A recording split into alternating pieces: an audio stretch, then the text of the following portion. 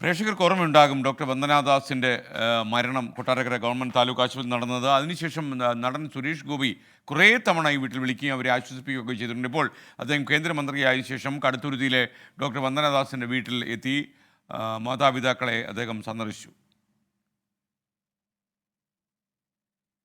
അതിൻ്റെ ദൃശ്യങ്ങളാണ് പ്രേക്ഷകർ ഇപ്പോൾ കാണുന്നത്. അല്പം മുമ്പാണ് അദ്ദേഹം ഈ വീട്ടിലെത്തി മാതാപിതാക്കളെ കണ്ടത്.